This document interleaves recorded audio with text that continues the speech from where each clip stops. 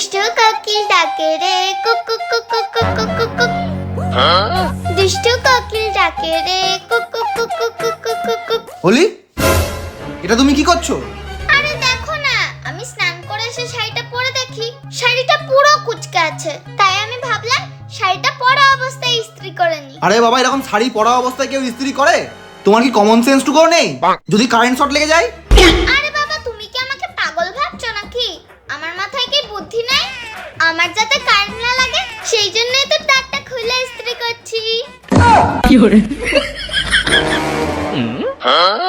বাহ, এটা তুমি খুব ভালো কাজ করছো। করে যাও করে যাও, আমি আসছি। হ্যাঁ, ভালো করে ইস্ত্রি করবে। ঠিক আছে।